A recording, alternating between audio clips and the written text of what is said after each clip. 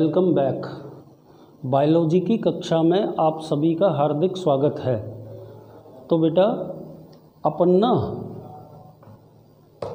Unit first को पूरी तरह से ख़त्म कर चुके हैं और आपसे मैं आशा रखता हूँ कि आपने भी उसे मेरे साथ साथ वीडियो में देख के शीट में पूरा पढ़ लिया होगा।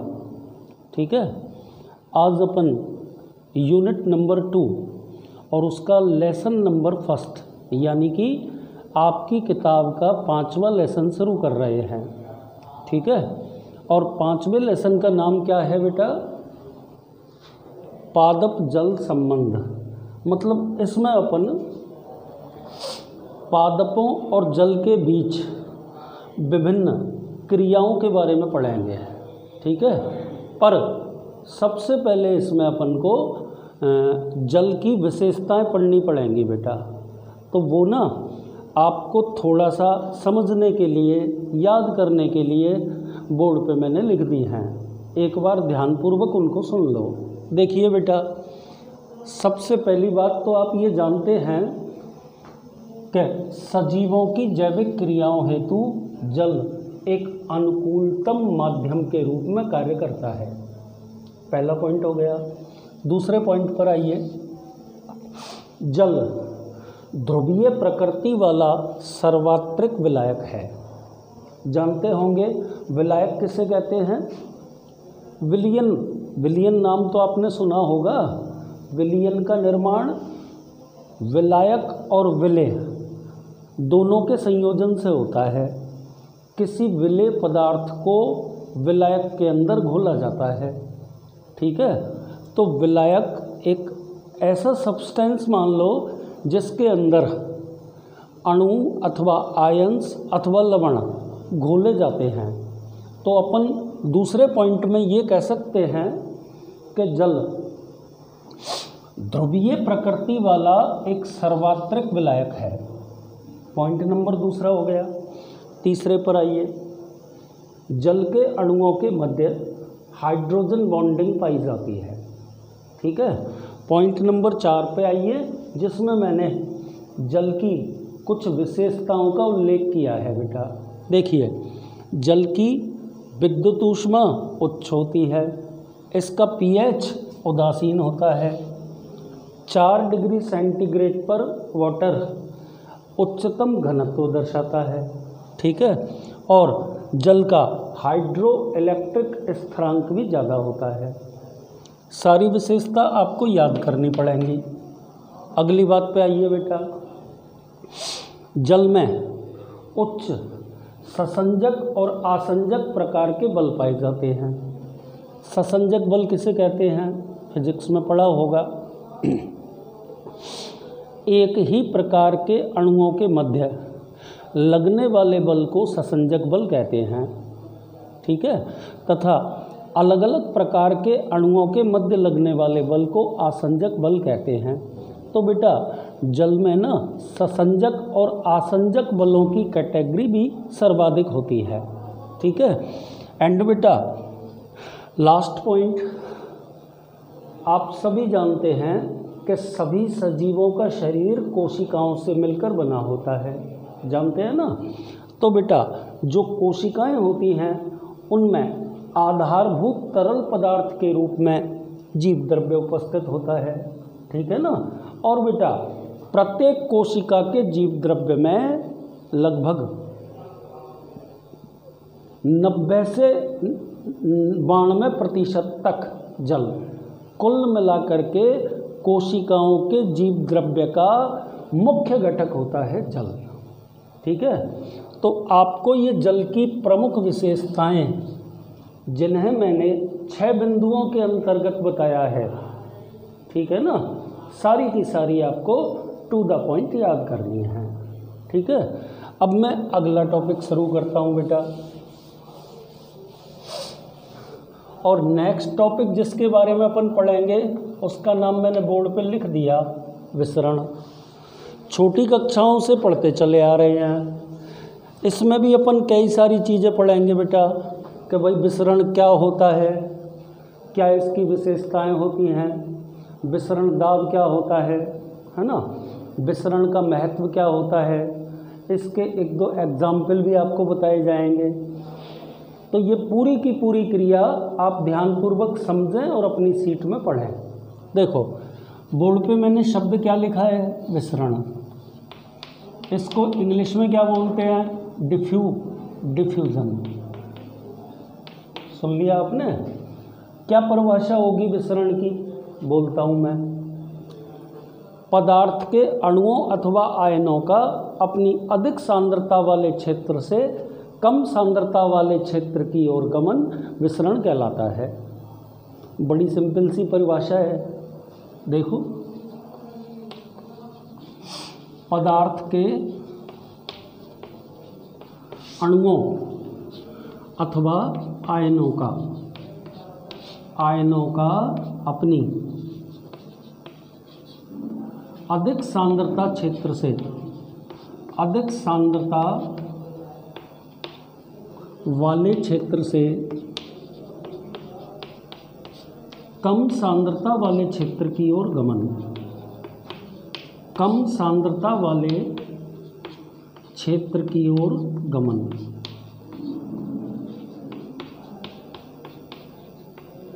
तो बेटा ये विसरण की परिभाषा हो गई। एक बार मैं दोबारा से बोल रहा हूँ कि विसरण की परिभाषा क्या है, डिफ्यूजन किसे कहते हैं। पदार्थ के अणुओं अथवा आयनों का अपनी अधिक सांद्रता वाले स्थल से कम सांद्रता वाले स्थल की ओर जाना विसरण कहलाता है। ठीक है। एक और बात सुन लीजिए, विसरण की क्रिया पदार्थ की तीनों अवस्थाओं में होती है। ठोस में भी विसरण होता है, द्रव में भी विसरण की क्रिया होती है, गैसों में भी विसरण की क्रिया होती है, लेकिन सर्वाधिक विसरण की क्रिया गैसों में होती है। ये भी इनका क्रम होता है कि गैसों में विसरण की जो रेट होती है वो सर्वाधिक होती है। गैसों के बाद नंबर आता है बेटा द्रवों का, और द्रव के बाद ठोस का। यानी कि हम कह सकते हैं कि ठोसों में विसरण की दर न्यूनतम होती है। बैठ गई होगी आपके समझ में। एक और बात सुन लें बेटा, विसरण की जो दर होती है वो विसरित होने वाले पदार्थ से बिल्कुल स्वतंत्र होती है। जैसे देखिए, मान लीजिए ये मैंने पत्ती की सतह पर उपस्थित रंध्र बना दिया। ठीक है, पत्ती की सतह पर उपस्थित रंध्र है ना। तो देखो, ऑक्सीजन श्वसन की क्रिया के दौरान रंध्रों से होकर वातावरण से भीतर जाती है और कार्बन डाइऑक्साइड बाहर निकलती है। ठीक है ना। और प्रकाश संश्लेषण की क्रिया के दौरान CO2 भीतर आती है और ऑक्सीजन बाहर निकलती है। तो मैं आपको ये बताना चाह रहा हूँ कि विसरण की क्रिया का विसरित होने वाले पदार्थ पर प्रभाव नहीं पड़ता। ठीक है ना। अलग अलग आयनों, अणुओं अथवा गैसों का विसरण एक दूसरे से पूरी तरह से स्वतंत्र होता है। जैसे देखिए, ऐसे मान लीजिए विसरण की क्रिया फेफड़ों की वायु कोशिकाओं में भी होती है। जैसे देखो, मान लो ये मैंने फेफड़े की वायु कोशिका बना दी है ना। तो ऑक्सीजन तो नासा मार्ग से होती हुई फेफड़े की वायु कोशिका में प्रवेश करती है, और बेटा कार्बन डाइऑक्साइड फेफड़ों की वायु कोशिकाओं से वापस श्वसन मार्ग से होती हुई बाहर निकल जाती है। तो यहाँ मैं आपको ये बताना चाह रहा हूँ कि विसरण की क्रिया जो होती है ना, वो एक दूसरे के लिए स्वतंत्र होती है। मतलब इसके विसरण पर CO2 का और CO2 के विसरण पर ऑक्सीजन का कोई प्रभाव नहीं पड़ता है। केवल बस विसरण की क्रिया विसरण दाब पर डिपेंड करती है ना, कि जिस गैस का जितना अधिक दाब होगा या जितनी अधिक सांद्रता होगी, वहाँ से उस गैस का विसरण कम सांद्रता वाले क्षेत्र की ओर हो जाएगा। तो बेटा ये सारी बात आपको दिमाग में रखनी है। ठीक है। तो विसरण की क्या परिभाषा बोलेंगे आप, ध्यानपूर्वक सुने। विसरण वह क्रिया है जिसके द्वारा पदार्थों के अणु अथवा आयन अपनी अधिक सांद्रता वाले स्थल से कम सांद्रता वाले स्थल की ओर गमन करते हैं। सुन लिया आपने? ये तो अपन ने विसरण के बारे में पढ़ लिया, ठीक है ना। अब अगला हेडिंग पढ़ते हैं बेटा, विसरण की क्रिया को प्रभावित करने वाले कारक।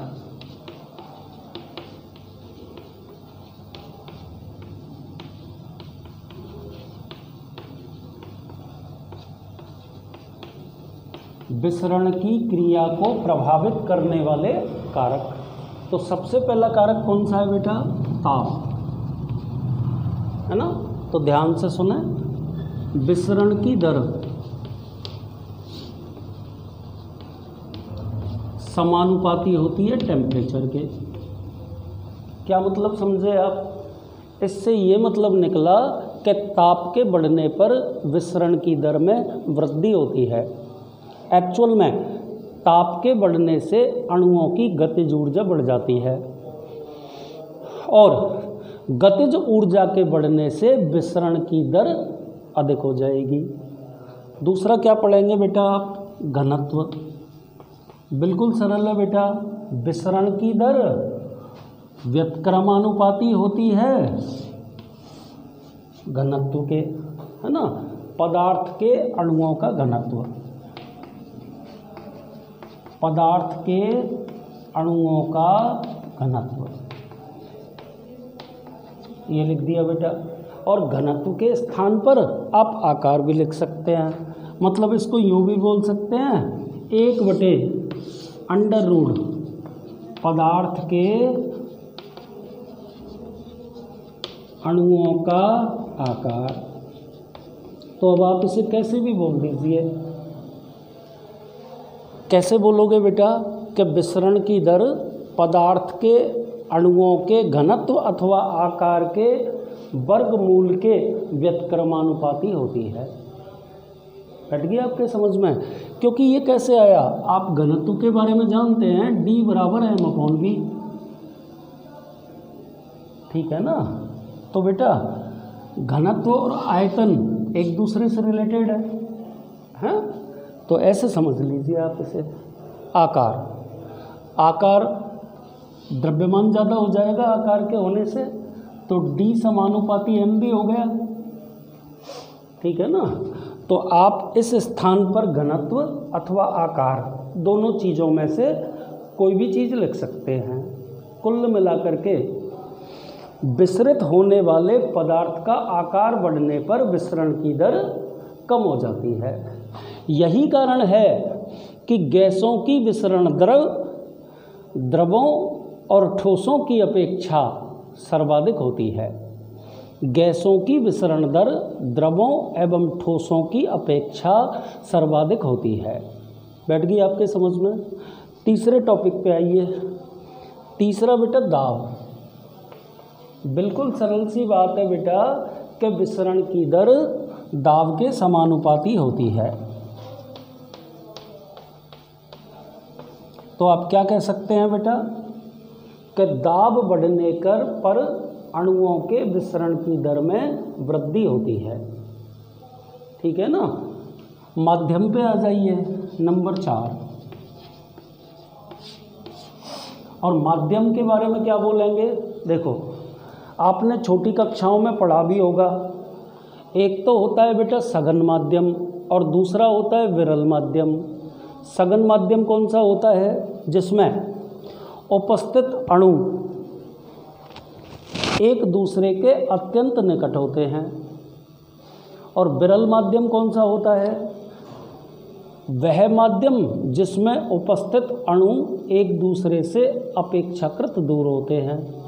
तो आप ध्यान से सुन लें कि सघन माध्यम की अपेक्षा विरल माध्यम में अणुओं के विसरण की दर अधिक होती है, क्योंकि वहाँ पर ना अणुओं को गति करने के लिए आवश्यक स्पेस मिल जाता है, ठीक है ना। तो 4 पॉइंट हो गए बेटा एक बार अब इन चारों के चारों पॉइंटों को आप ध्यानपूर्वक सुन लें। सबसे पहला पॉइंट तो ताप पढ़ा, दूसरा पॉइंट घनत्व पढ़ा, तीसरा पॉइंट दाब पढ़ा और चौथा पॉइंट माध्यम पढ़ा। तो अपना प्रश्न क्या था बेटा? विसरण क्रिया को प्रभावित करने वाले कारक। तो आपको इसमें कुल कितने कारक पढ़ने हैं? 4। ताप, घनत्व या आकार, दाब और चौथा माध्यम। एक एक कारक के बारे में आप सुने। सबसे पहले मैं ताप के बारे में बता रहा हूँ कि विसरण की दर समानुपाती होती है टेम्परेचर के, क्योंकि तापमान के बढ़ने पर अणुओं की गतिज ऊर्जा में वृद्धि हो जाती है और अणुओं की गतिज ऊर्जा में वृद्धि होने से विसरण की दर बढ़ जाती है। एक बात खत्म कर दी ना। अब दूसरी बात पे आइए, ठीक है ना। दूसरी बात क्या बोलोगे? घनत्व। तो आपने एक सूत्र लिखना है पहले कि विसरण की दर समानुपाती है किसके बेटा? विसरण की दर समानुपाती है किसके? 1/√, पदार्थ के अणुओं का घनत्व या पदार्थ के अणुओं का आकार। बैठ गया आपके समझ में? तो इससे क्या क्या निष्कर्ष निकलता है बेटा? इससे ये निष्कर्ष निकलता है कि यदि पदार्थ के अणुओं का आकार बड़ा है या उनका घनत्व ज़्यादा है तो विसरण की दर कम हो जाएगी, ठीक है ना। तीसरा हेडिंग बोर्ड के ऊपर क्या लिखा है? दाब। क्या बोलोगे बेटा? विसरण की दर समानुपाती होती है दाब के। तो इसका क्या मतलब हुआ कि दाब बढ़ने पर विसरण की दर में वृद्धि होती है। और चौथा और अंतिम हेडिंग क्या लिखा है बेटा? माध्यम। आपको मैं बता चुका हूँ कि माध्यम 2 प्रकार के होते हैं। कौन कौन से माध्यम होते हैं? एक तो होता है सघन माध्यम और दूसरा होता है बेटा विरल माध्यम, ठीक है। तो विरल माध्यम में अणुओं के विसरण की दर, ध्यान से सुनना, विरल माध्यम में अणुओं के विसरण की दर सघन माध्यम की अपेक्षा अधिक होती है, ठीक है। तो आपको मैं 2 चीज़ बता चुका हूँ। एक तो मैंने आपको बता दिया विसरण किसे कहते हैं, दूसरा आपको मैंने बता दिया कि विसरण की क्रिया को प्रभावित करने वाले कारक कौन कौन से हैं, ठीक है ना। अगला टॉपिक जो अपन पढ़ रहे हैं बेटा वो है विसरण का महत्व। लिख दिया मैंने, विसरण का महत्व, ठीक है ना। तो पहला आप लिखेंगे श्वसन व प्रकाश संश्लेषण के समय, श्वसन व प्रकाश संश्लेषण के समय गैसों का विनिमय, गैसों का विनिमय विसरण की क्रिया के द्वारा संपन्न होता है। सुन लिया। दूसरी बात सुनिए, पादपों में वाष्पोत्सर्जन की क्रिया द्वारा, वाष्पोत्सर्जन की क्रिया द्वारा जल का उत्सर्जन विसरण की क्रिया पर आधारित होता है। सुन लिया। तीसरे पॉइंट पर आइए, खनिज लवणों के अवशोषण की क्रिया,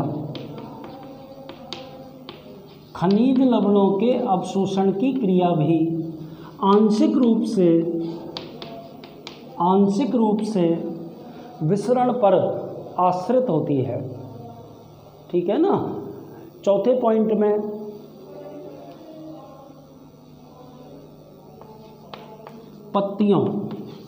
पत्तियों से जड़ों तक खाद्य पदार्थों का, तरल खाद्य पदार्थों का संवहन, तरल खाद्य पदार्थों का संवहन विसरण की क्रिया के द्वारा होता है। पांचवें पॉइंट की यदि बात करें तो पादप हार्मोनों का वितरण, पादपों में पादप हार्मोनों का वितरण विसरण की क्रिया द्वारा होता है। ऐसे ही बेटा एक लास्ट पॉइंट में अपन कह देंगे, आगे पढ़ेंगे इसके बारे में, कि परासरण की जो क्रिया है वो वस्तुतः एक प्रकार की विसरण क्रिया है, लेकिन उस क्रिया में विलायक के अणुओं की गति अर्धपारगम्य झिल्ली से होकर होती है। ठीक है, तो बेटा यहाँ आकर के अपना एक टॉपिक ख़त्म हो जाता है। कौन सा टॉपिक ख़त्म हो जाता है कि विसरण किसे कहते हैं, विसरण की क्रिया को प्रभावित करने वाले कारक कौन से हैं, और साथ ही साथ विसरण का महत्व। ठीक है, तो एक बार विसरण के महत्व को ध्यानपूर्वक सुन लें। ठीक है ना, तो देखिए आप, सबसे पहली बात आपके सामने आपको याद करने के लिए ब्लैक बोर्ड पर मैंने लिख दिए हैं। ठीक है, देखो विसरण का महत्व, पादपों में श्वसन और प्रकाश संश्लेषण के समय गैसों का विनिमय विसरण की क्रिया के द्वारा संपन्न होता है। दूसरी बात करते हैं, पादपों में वाष्पोत्सर्जन की क्रिया द्वारा जल का उत्सर्जन वस्तुतः विसरण क्रिया द्वारा ही होता है। तीसरे पॉइंट पर आ जाइए, खनिज लवणों के अवशोषण की क्रिया भी आंशिक रूप से विसरण पर आधारित होती है। चौथे पॉइंट पर आ जाइए, पत्तियों से जड़ों तक आप सभी को पता है कि पत्तियां प्रकाश संश्लेषण की क्रिया के द्वारा तरल खाद्य पदार्थों का निर्माण करती हैं। तो बेटा पत्तियों में बना तरल खाद्य पदार्थ, पत्तियों में बना तरल खाद्य पदार्थ विसरण की क्रिया द्वारा पत्तियों से पादप की मूल तक पहुंचता है।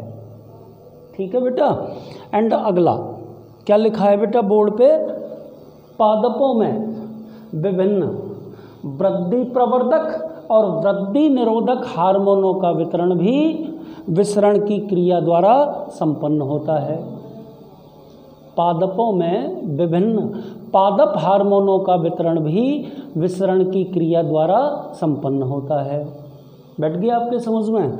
और बेटा लास्ट पॉइंट में अपन क्या बोल देंगे कि परासरण की क्रिया, इस वीडियो के बाद अगले वीडियो में आपको परासरण के बारे में बताऊंगा, है ना। तो आप सुन लें कि जो परासरण की क्रिया होती है वो भी वस्तुतः एक प्रकार की विसरण क्रिया है, क्योंकि उसमें विलायक के अणुओं का अपनी अधिक सांद्रता से कम सांद्रता की ओर गमन होता है। ठीक है ना, लेकिन वहाँ पर अर्धपारगम्य झिल्ली की उपयोगिता भी ध्यान रखी जाती है, क्योंकि वहाँ पर विलायक के अणुओं का जो विसरण होता है वो अर्धपारगम्य झिल्ली से होकर होता है। बैठ गया आपके समझ में। एक और बात सुन लीजिए बेटा कि विसरण की क्रिया में उत्पन्न होने वाले दाब को विसरण दाब कहते हैं। ठीक है ना, तो देखो पदार्थों के अणुओं अथवा आयनों का जो प्रभाव होता है वो अधिक विसरण दाब से कम विसरण दाब की ओर सदैव होता है। ठीक है, तो आपने इस वीडियो के अंतर्गत एक सबसे प्रमुख प्रश्न पढ़ा, बड़ा वाला, कि भाई सबसे पहले तो आपको मैंने ये बताया कि जल की विशेषताएं कौन कौन सी हैं। ठीक है, और दूसरा प्रश्न आपने ये पढ़ा कि विसरण किसे कहते हैं। ठीक है, आगे चलिए, विसरण की क्रिया को या विसरण की दर को प्रभावित करने वाले कारक कौन से हैं। ठीक है, और तीसरी बात आपने इसमें कौन सी पढ़ी, विसरण का महत्व। ठीक है, इसी के साथ इस वीडियो को मैं समाप्त करता हूँ। इसके बाद नेक्स्ट वीडियो में आपको परासरण के बारे में पढ़ाया जाएगा। हाँ, एक बात और कह देता हूँ बेटा, ये जो यूनिट मैंने आज शुरू की है आप अपनी किताब में देखना, ये लेसन नंबर 5 है, ठीक है। तो इस यूनिट के नोट्स है ना, लगभग 4 से 5 पार्ट दे दिए जाएंगे सीट वाले को। 1-2 रोज़ में आप उससे सीट को लेकर के पहले तो आप ध्यानपूर्वक वीडियो देखें और उसके बाद में शीट में उस चीज़ विशेष, उस टॉपिक विशेष को मेरे साथ पढ़ते चलें। ठीक, थैंक यू।